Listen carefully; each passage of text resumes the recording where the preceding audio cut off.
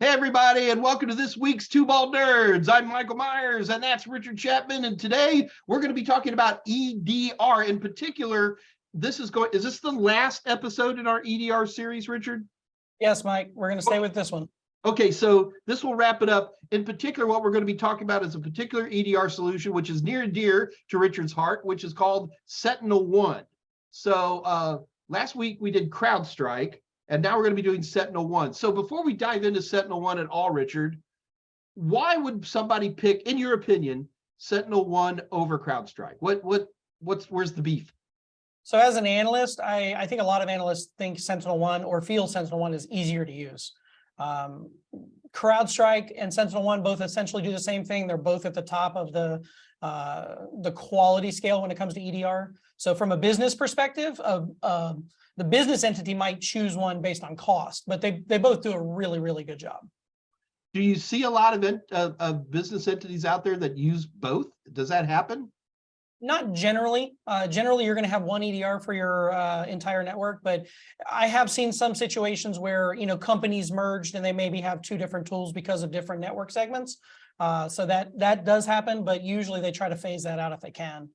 And before we dive into SentinelOne, I'm sorry, Rich, I'm actually curious. You may not even know the answer to this. How much do they cost? I'm assuming these are services that you pay on a monthly basis. Yeah, to be honest, I've never played any part in the decision-making process as far as the cost aspect. So I don't know exactly what they cost, but I mean, they're not cheap. They're hundreds of thousands of dollars every year for especially some of the top tier, top performing ones.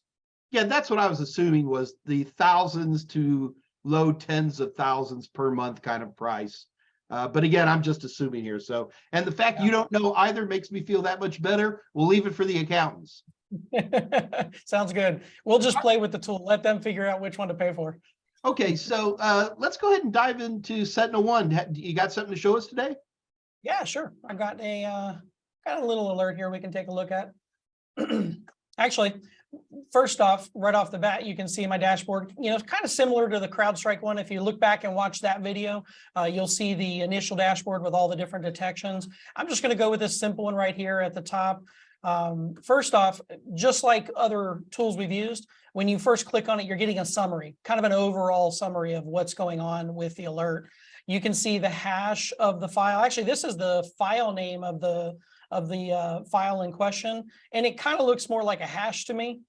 So that looks like maybe where somebody downloaded a file. We'll kind of see what's going on. I can also see the command line argument here. It looks like it was Richard, hang on. What's the problem here? It's a naughty file? Yeah, so we've got a couple of things. First off, this was a dynamic detection, which meant when the file ran, there was some behavior that did not really look very nice. So SentinelOne said, hang on a second, this doesn't look good.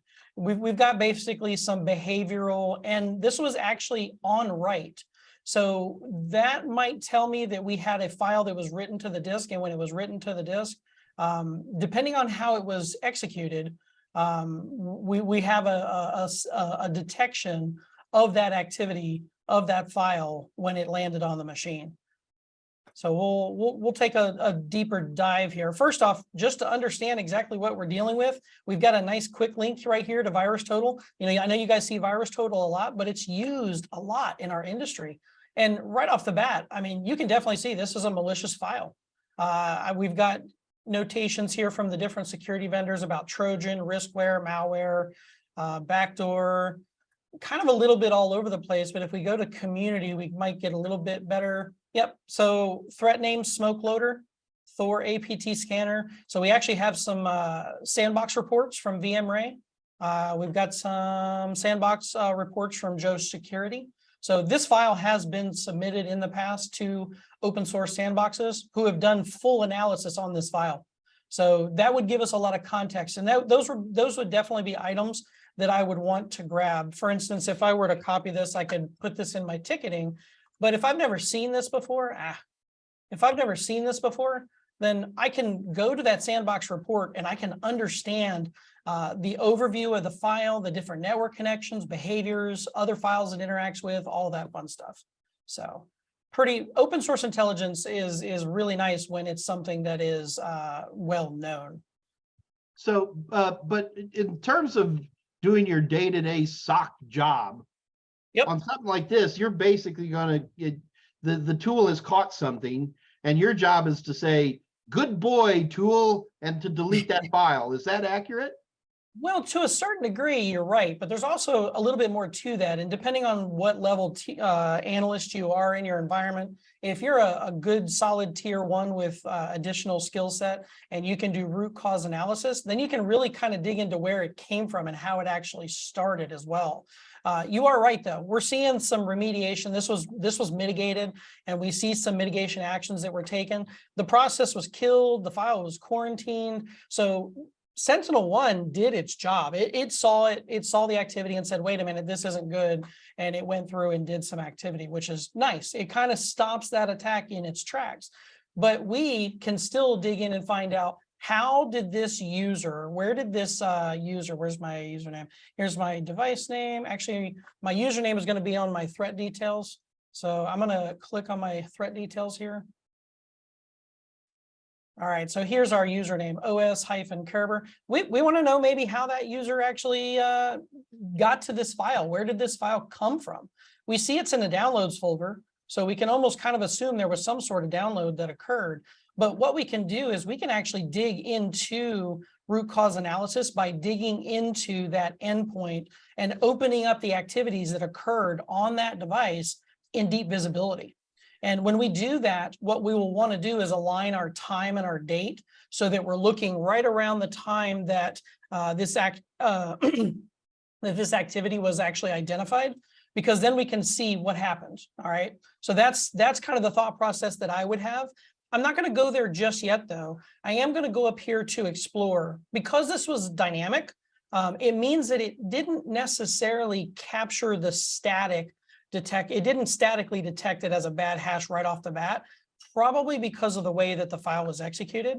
But we can see the initial files right here, and we can see that it started to get executed, and it spawned wherefault.exe, which wherefault.exe is a legitimate Windows process. It's basically for error reporting back to Microsoft, but it can be used in malware to do some side loading of DLLs. So it is actually a well-known way that malware will utilize existing applications on a machine to kind of carry out some additional activities. So this gives me additional context as to what happened. I can also see the command line, which I could dig into the command line to try to understand a little bit more about what's going on there too. But again, I don't want to go too terribly deep. You could spend 15, 20 minutes easy on digging into just the basics, and then you have to write your documentation supporting all this information and making any sort of recommendations that need to be done.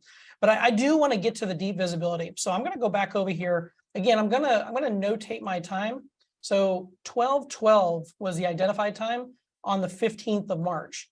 So what I'm going to do is I'm going to go back to my overview, and I'm going to do a deep visibility search.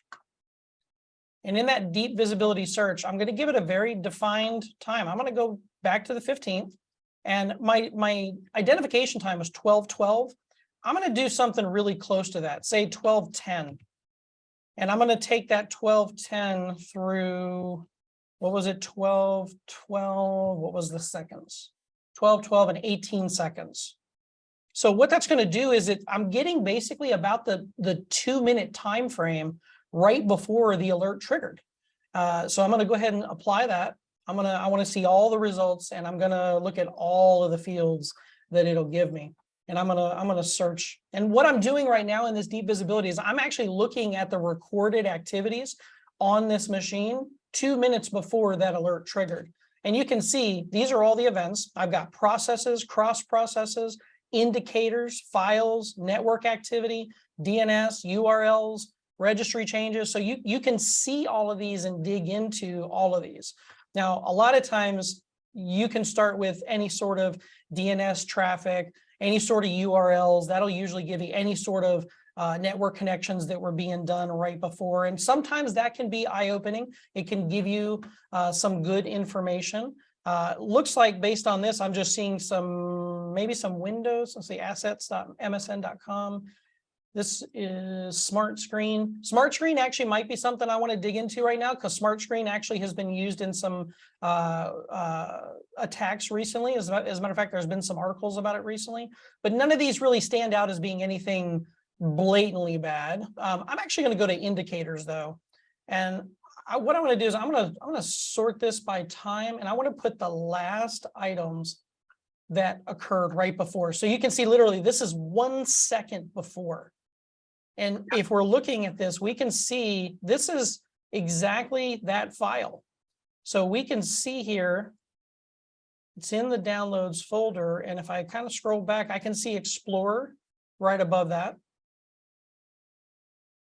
Let's see, MS Edge. So we're actually seeing maybe some web activity where this user was using MS Edge to browse the internet. And then after that, they accessed Explorer, which, you know, if anybody is familiar with a Windows machine, when you open up your file manager, you're basically opening up Explorer, right? That's a user on keyboard activity. That's right. And what I'm thinking here, let me see what we got. Somebody could have manually downloaded something in their Edge browser and then went over into their Explorer, opened up their downloads folder and ran it. That's exactly what I'm thinking happened. That is what is presenting here, in my opinion, as well. I'm going to scroll to the top. I'm going to look at that very last one. Process ID was the 8472. Let's see. So do you, are we going to call OS Kerber up on the phone and go, hey, man?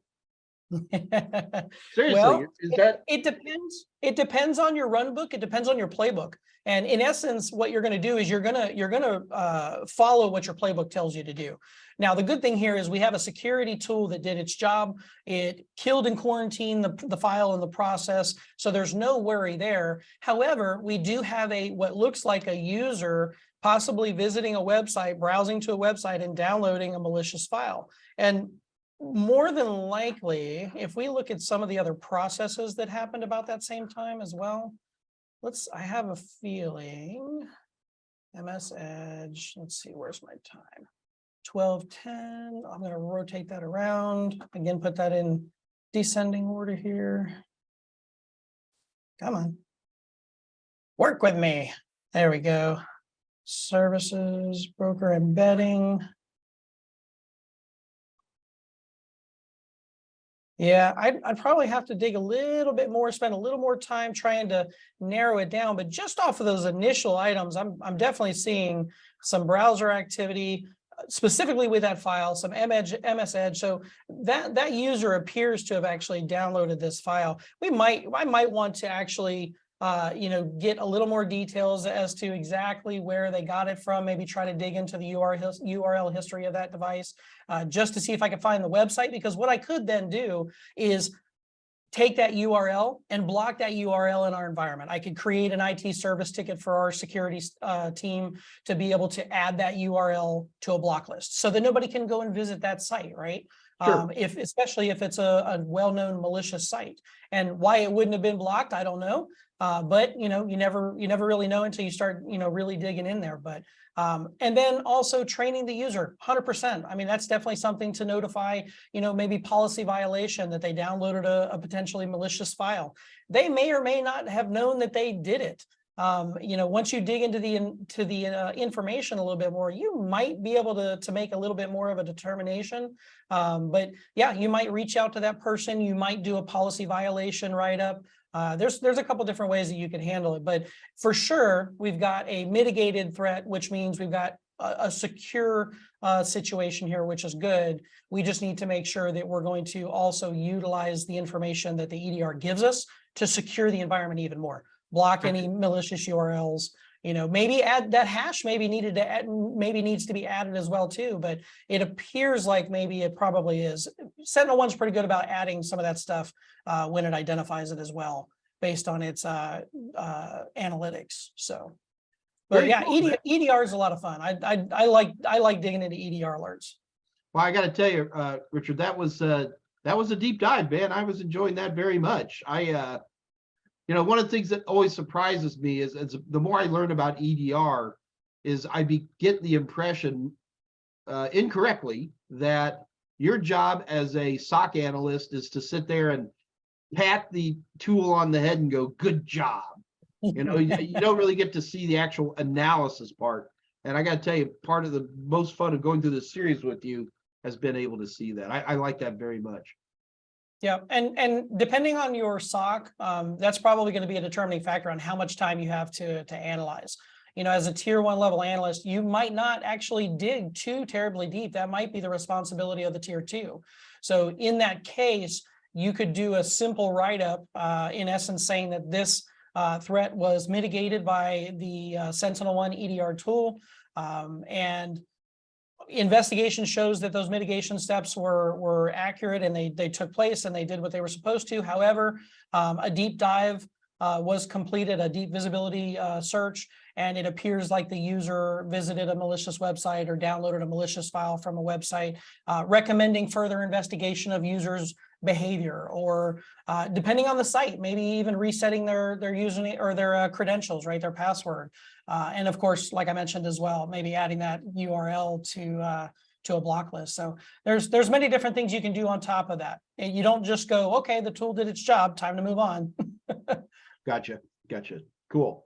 All right. Well, Richard, thanks so much, man. That was an amazing study on EDR and SentinelOne. And I learned a tremendous amount. That was a lot of fun. I know it took us a few episodes to get there, but you know, I am slow, but I am trainable. So I thought that was absolutely superb. Thank you, sir. Absolutely. Once you learn the basics and you kind of start to understand how things happen, it's actually not too hard to do EDR investigations. Obviously, the more you do, the better you get, though. So cool. All right, man. Let's go ahead and wrap this one up. Folks, this is Mike Myers and Richard Chapman wrapping up a wonderful series on EDR. We're two bald nerds, and we will catch you on the flip-flop. Look for links all around for our info sessions and other cool stuff that CyberNowLab's doing. Till then, this is Mike saying bye-bye.